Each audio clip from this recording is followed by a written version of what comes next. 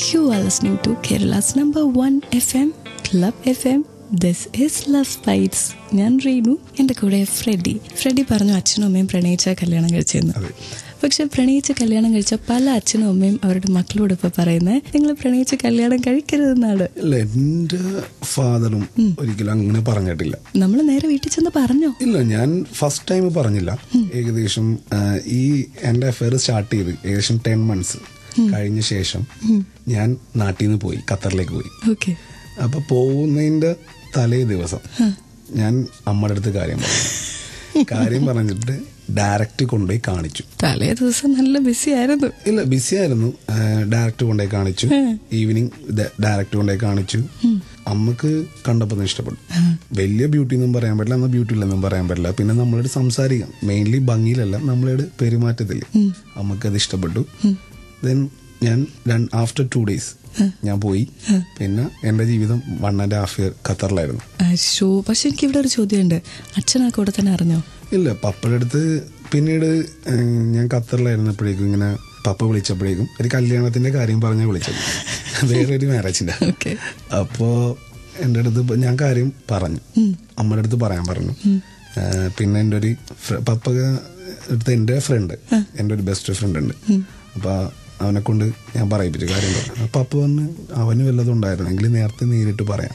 എന്നുവെച്ചാല് പപ്പക്ക് പ്രോബ്ലം ഇല്ല. പപ്പയുടെ ഒരു അഭിപ്രായത്തില് നമ്മളുടെ ഫാമിലി, ആക്ച്വലി ഞങ്ങള് 2 ആൺകുട്ടികളാണ്. നമ്മുടെ ഫാമിലിയിലേക്ക് വന്ന് കയറുന്ന പെൺകുട്ടി മരുമകളല്ല, മകളായിരിക്കണം. പിന്നെ ദെൻ അത് കൂടാതെ നമ്മൾ ആകെ 4 പേരുള്ളൂ. എപ്പോഴും നമ്മളെ കൂടി തന്നെ ഒരുമിച്ച് ഫാമിലി ആയിട്ട്, അല്ലാണ്ട് 4 പേരും 4 വഴിക്കാക്കി വിടരുത്. അങ്ങനത്തെ ഒരു പെൺകുട്ടിയാണ് അപ്പൊ നമ്മൾ കണ്ടുപിടിച്ചത്. അത് തീർച്ചയായിട്ടും. കുറച്ച് അച്ഛന്മാർക്ക് ഞാൻ ഫ്രെഡിയുടെ ഡാഡിയുടെ നമ്പർ കൊടുക്കുന്നുണ്ട് കേട്ടോ. എന്തിനാണ്? കുറച്ച് ഉപദേശത്തിന്റെ ആവശ്യമുണ്ട്. പിന്നെ തീർച്ചയായിട്ടും കൊടുത്തു. പക്ഷെ ക്ലബ് ഫെമിലെ ലവ് ബൈറ്റ്സിൽ ഇപ്പൊ നിങ്ങൾക്ക് ഇങ്ങോട്ട് മെസ്സേജസ് അയക്കാനുള്ള ടൈമാണ്. നമ്പർ ആൻഡ് ഫോർമാറ്റ് ഈ പാട്ടുകൾക്ക് ശേഷം കിട്ടും. സ്റ്റേ ട്യൂൺ ഫോർ ടൺ കണക്കിന് റൊമാൻസ്. ക്ലബ് ഫെമിലെ ലവ് ബൈറ്റ്സിൽ ഇപ്പോൾ കേട്ടത് ഓളങ്ങൾ എന്ന മൂവിയിലെ പാട്ട്. അതിനു മുന്നേ കേട്ടുകൊണ്ടിരുന്നത് ഫ്രെഡിയുടെ ലവ് സ്റ്റോറി. ഞാൻ റീനു. പിന്നെ ഫ്രെഡി, ഞാൻ ചോദിക്കട്ടെ, 4.5 വർഷമായിട്ടുള്ള പ്രണയമാ. എത്ര വഴക്ക് മിനിമം ഉണ്ടായിട്ടുണ്ട്? വഴക്കെന്ന് പറയാൻ ഞങ്ങളുടെ ഇടയിൽ കുറവാണ്. അതെന്താ? സ്നേഹമുള്ള സ്ഥലത്തല്ലേ വഴക്കുണ്ടാവുള്ളൂ. അപ്പൊ സ്നേഹമില്ല എന്നാണോ? സ്നേഹം കൂടുതലാണ്, വഴക്കുണ്ട്, പക്ഷെ കുറവാണ് വഴക്ക്. വഴക്ക് കുറയ്ക്കാനായിട്ട് എന്താ ചെയ്യാ? 2 കൈയടിച്ചാലല്ലേ ശബ്ദം വരുള്ളൂ. ഫ്രെഡിയുടെ കൈയാണോ അവിടെ ചുമ്മാ വെച്ചേക്കണേ, അതോ കുട്ടിയുടെ കൈയാണോ? ഇല്ല, എന്തെങ്കിലും ചെറിയ കാര്യങ്ങൾ സ്റ്റാർട്ട് ചെയ്ത് ഇങ്ങനെ ചിലപ്പോ കോൾ എടുക്കാൻ പറ്റില്ല, അല്ലെങ്കിൽ എന്തെങ്കിലും അങ്ങനെ ചെറിയ ചെറിയ കാര്യങ്ങൾ വരുമ്പോഴേക്കും എന്താണ് എടുക്കാത്തത്, അതാണ് ഇതാണ്, അല്ലെങ്കിൽ കാണാൻ പറ്റിയില്ല, അല്ലെങ്കിൽ അത് തന്നെയല്ല എന്തെങ്കിലും കാരണങ്ങൾ പറഞ്ഞ് സ്റ്റാർട്ട് ചെയ്യുമ്പോഴേക്കും ഞാൻ ആദ്യം അഡ്ജസ്റ്റ് ചെയ്ത് ഇങ്ങനെ നിൽക്കും. പറഞ്ഞോ എന്ന് പറയുമ്പോൾ തനിക്കെന്താ ദേഷ്യം വരാത്തെന്ന് ചോദിക്കുന്നുണ്ട്. ഞാൻ പറയും ദേഷ്യം വന്നില്ല, അതുകൊണ്ട് തന്നെ നമ്മളെ ദേഷ്യം തിരിച്ച് കാണിച്ചാലല്ലേ വഴക്ക് അവിടെ സ്റ്റാർട്ട് ചെയ്യുള്ളൂ. ഇത്രയും അണ്ടർസ്റ്റാൻഡിങ് ആയിട്ടുള്ള ആരെങ്കിലും ഒക്കെ ഇപ്പൊ ക്ലബ് എഫ്എമ്മിലെ ലവ് ബൈറ്റ്സ് കേൾക്കണുണ്ടോ? പെൺകുട്ടികൾ പലരും വേക്കന്റ് ആയിട്ട് ഇവിടെ നിൽപ്പുണ്ട് കേട്ടോ. ഒരു ആളുടെ ഒരു ഇത് മാത്രം ഫ്രീ ആയിട്ട് കിടപ്പുണ്ട് പല പെൺകുട്ടികൾക്കും.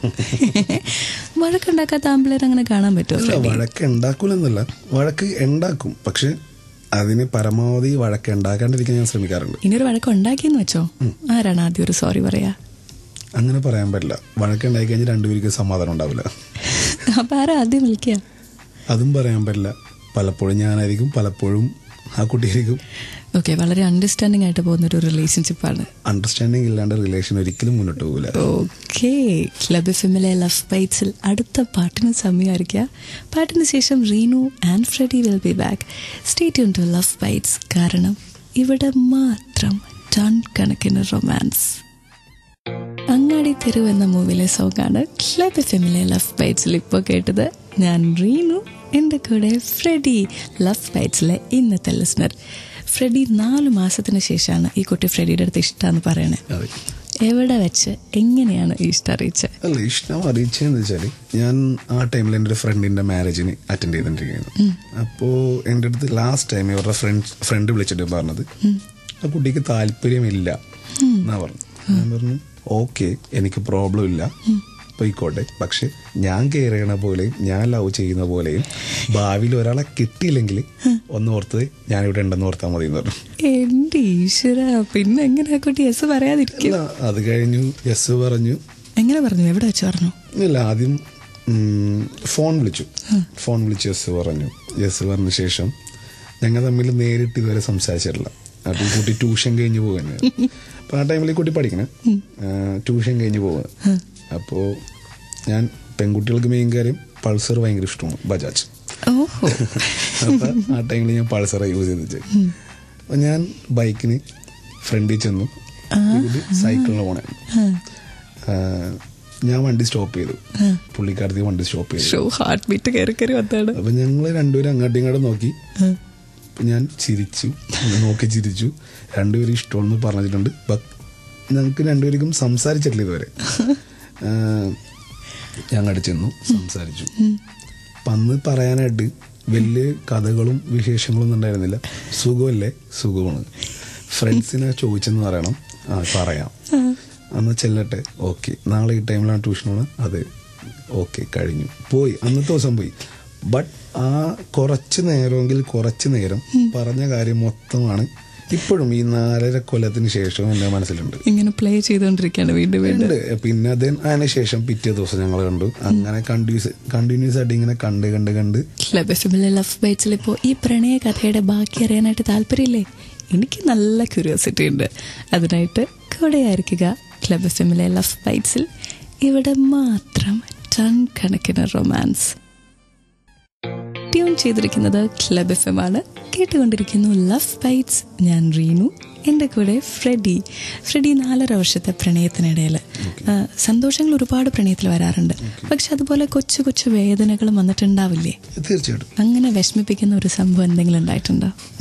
വിഷമിപ്പിക്കുന്ന സംബന്ധം മെയിൻലി ഞാൻ അഫയർ സ്റ്റാർട്ട് ചെയ്തു ഒരു 10 മാസം കഴിഞ്ഞപ്പോഴേക്കും ഞാൻ നാട്ടിൽ നിന്ന് ഗൾഫിലേക്ക് പോയി. പറഞ്ഞു. പോയ സമയത്ത് തീർച്ചയായിട്ടും എന്ന് വെച്ചാൽ സ്റ്റാർട്ട് ചെയ്തേ ഉള്ളൂ. കുറച്ച് നല്ലോണം കൂടുതലായിട്ട് അടുത്ത് വരുന്ന ടൈം. എല്ലാ ദിവസവും മുടങ്ങാതെ കണ്ടിരിക്കുന്ന വ്യക്തി. അതൊക്കെ ഇതിനിടെ നടക്കണ്ടേ? എല്ലാ ദിവസവും എന്ന് വെച്ചാൽ മെയിൻലി ഈവനിങ് ടൈം ഞാൻ എവിടെ പോയാലും വൈകിട്ട് ഞാൻ അവിടെ ഉണ്ടാവും. ട്യൂഷൻ കഴിഞ്ഞിട്ട് അവിടെ ഉണ്ടാവും. അങ്ങനെ ആ ടൈമിലാണ് ഇങ്ങനെ പോകാനായിട്ടുള്ള ഇത് റെഡിയായി. ഞാൻ പോയി കഴിഞ്ഞ് ഏകദേശം 1.5 മന്ത് ഞങ്ങൾ തമ്മിൽ ഒരു കോണ്ടാക്ട് ഇല്ലായിരുന്നു. വെച്ചാല് ഈ കുട്ടിയുടെ വീട്ടിൽ ലാൻഡ് ഫോൺ ആയിരുന്നു, കുട്ടിക്ക് മൊബൈൽ ഉണ്ടായിരുന്നില്ല. കുട്ടിയുടെ വീട്ടിൽ അറിയത്തില്ലായിരുന്നു? ആ ടൈമിൽ അറിയില്ലായിരുന്നു. അറിയായിരുന്നു, ബട്ട് കസിൻസിന് കുറച്ച് പേർക്ക് അറിയാം. അച്ഛൻ്റെ അമ്മയുടെ അടുത്തോട്ട് എത്തിയിട്ടില്ല. അപ്പൊ വിളിക്കാനായിട്ടുള്ള ഒരു മാർഗം നമുക്കില്ല. ഫ്രണ്ട്സിനെ വിളിച്ച് പറയും, പക്ഷെ ഞങ്ങൾക്ക് സംസാരിക്കുന്നില്ല. അപ്പൊ കുട്ടിയുടെ പല ഫ്രണ്ട്സും പറഞ്ഞു തന്നു, അവൻ നിന്നെ മറന്നെന്ന് തോന്നുന്നു. അതിന് ശേഷം ഞാൻ 1.5 മാസം ശേഷം ഇത് പറഞ്ഞതിന്റെ പിറ്റേ ദിവസം ഞങ്ങളെ കോണ്ടാക്ട് ചെയ്തു. ആഫ്റ്റർ ദാറ്റ് കുഴപ്പമൊന്നും ഉണ്ടായിരുന്നില്ല. ഞാൻ തിരിച്ച് 1 ഇയറിന് ശേഷമാണ് നാട്ടിലെത്തുന്നത്. ഒരു വർഷമാണ് ഒരു പ്രണയത്തിൽ ഏറ്റവും സങ്കടം ഉണ്ടായിരുന്നെന്ന് വെച്ചാൽ കാണാണ്ടിരിക്കുന്ന കുറെ ടൈം ഉണ്ടായിരുന്നു. പിന്നെ കോൾ ചെയ്യും, എന്നെ കാണാൻ തോന്നുന്നില്ല എന്ന് ചോദിക്കും. അപ്പൊ നമ്മൾ പറയും കാണാൻ തോന്നുന്നുണ്ട്, പക്ഷെ എന്നാലും തൊഴിലായിട്ട് തന്നെ നമുക്ക് എങ്ങനെയും വരാം. പെട്ടെന്ന് വരാതൊരു ഫീലിംഗ് മനസ്സിനുള്ളിലുണ്ട്. വന്നോന്നുണ്ട്, പക്ഷെ മനസ്സ് മൊത്തം ഇവിടെ ആയിരുന്നു. ബട്ട് വരാൻ പറ്റിയില്ല. അപ്പൊ ഫ്ലൈറ്റിൽ അങ്ങോട്ട് പോയത്, കുവൈറ്റിലേക്ക് പോയത് ശരീരം, ഖത്തറിലേക്ക് പോയത് ശരീരം, മനസ്സെല്ലാം ഇവിടെ വെച്ചിട്ടാണ് പോയത്. തീർച്ചയായിട്ടും ഇവിടെ വെച്ചിട്ടാണ് പോയത്. ക്ലബ് എഫ്എമ്മിലെ ലവ് ബൈറ്റ്സിൽ നിങ്ങൾ കേട്ടുകൊണ്ടിരിക്കുന്നത് ഫ്രെഡിയുടെ ലവ് സ്റ്റോറിയാണ്. കൂടെ റീനു. കേട്ടുകൊണ്ടിരിക്കുക love bytes. ഇവിടെ മാത്രം ടൺ കണക്കിന് റൊമാൻസ്.